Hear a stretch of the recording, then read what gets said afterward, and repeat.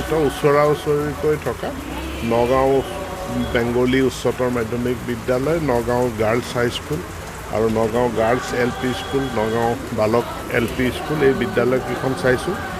এই বিদ্যালয়কেইখন যথেষ্ট পুৰণি, স্বাধীনতাৰ পূৰ্বে প্ৰতিষ্ঠিত হোৱা বিদ্যালয়, কিন্তু এতিয়া ক্ৰমান্বয়ে ইয়াত ছাত্ৰ ছাত্ৰীৰ সংখ্যা কমি গৈছে। আৰু এখন বিদ্যালয় আছে প্ৰাথমিক বিদ্যালয়, য'ত ছাত্ৰ ছাত্ৰীৰ সংখ্যা মাত্ৰ 6 গৰাকী আৰু শিক্ষকে আছে আমাৰ তাতে 7 জন।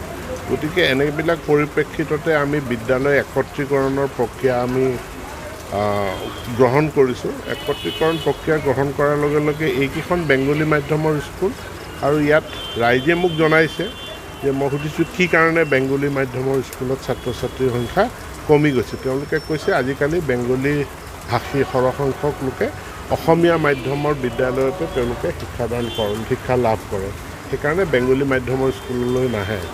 ইতিমধ্যে আমাৰ যিখন বেংগলী হাইস্কুল আছে সেইখন প্ৰায় মিক্স মিডিয়াম হিচাপে, অৰ্থাৎ বেংগলী অসমীয়া, তাতে যি একাদশ আৰু দ্বাদশ শ্ৰেণী আছে সেই দুয়োটা অসমীয়া মাধ্যমত আৰু বাকীখিনি বেংগলী মাধ্যমত। চ' মিক্স মিডিয়াম ইতিমধ্যে আমি বহুবোৰ বিদ্যালয়ত আমাৰ মিক্স মিডিয়াম বিদ্যালয় আছে।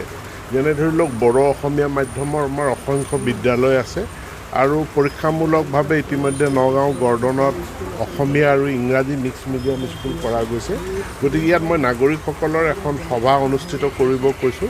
নাগৰিকসকলৰ সভা অনুষ্ঠিত কৰি এটা আনুষ্ঠানিকভাৱে মিক্স মিডিয়াম কেনেধৰণে কৰিব পৰা যায় বিষয়টো তেওঁলোকে আলোচনা কৰি সিদ্ধান্ত জনাব, হয় অসমীয়া বেংগলী অথবা ইংৰাজী বেংগলী। কিন্তু প্ৰাথমিক শিক্ষাটো আমি মাতৃভাষাত ৰখাতে আমি গুৰুত্ব আৰোপ কৰিম। যিখিনি LP স্কুল আছে তাত যদি বেংগলী মাধ্যম আছে সেইটো আমি সলনি কৰিব পটকৈ নিবিচাৰিম, বৰঞ্চ আমি মাধ্যমিক পৰ্যায়ত ক্লাছ 6 অনৱাৰ্ডছ, এতিয়া 11-12 অসমীয়া মাধ্যমে আছে, আমি 6ৰ পৰাই যদি আমি সুযোগটো দিওঁ, অসমীয়াও পঢ়িব, যিসকলে অসমীয়াত বিচাৰে অসমীয়া মাধ্যমত, যিসকলে বেংগলীত পঢ়িব বিচাৰে বেংগলী, অথবা ইংৰাজী বেংগলী, এই ধৰণে আমি এক সমাধানলৈ যাম যাতে আমাৰ এনৰলমেণ্টৰ সংখ্যাটো বাঢ়ে।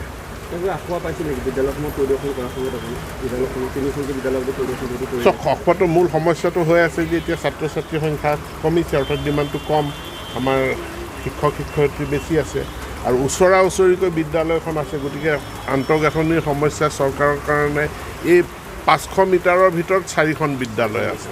500 মিটাৰৰ ভিতৰত এখন বিদ্যালয় হ'লেই আমাৰ সমস্যা সমাধান হৈ যায়, আৰু এখন হ'লে আমি আন্তঃগাঁথনিও ভালকৈ দিব পাৰোঁ। কিন্তু এতিয়া 4খন বিদ্যালয় হৈ আছে, গোটেইখিনি আমি আলোচনা কৰি সিদ্ধান্ত গ্ৰহণ কৰিম।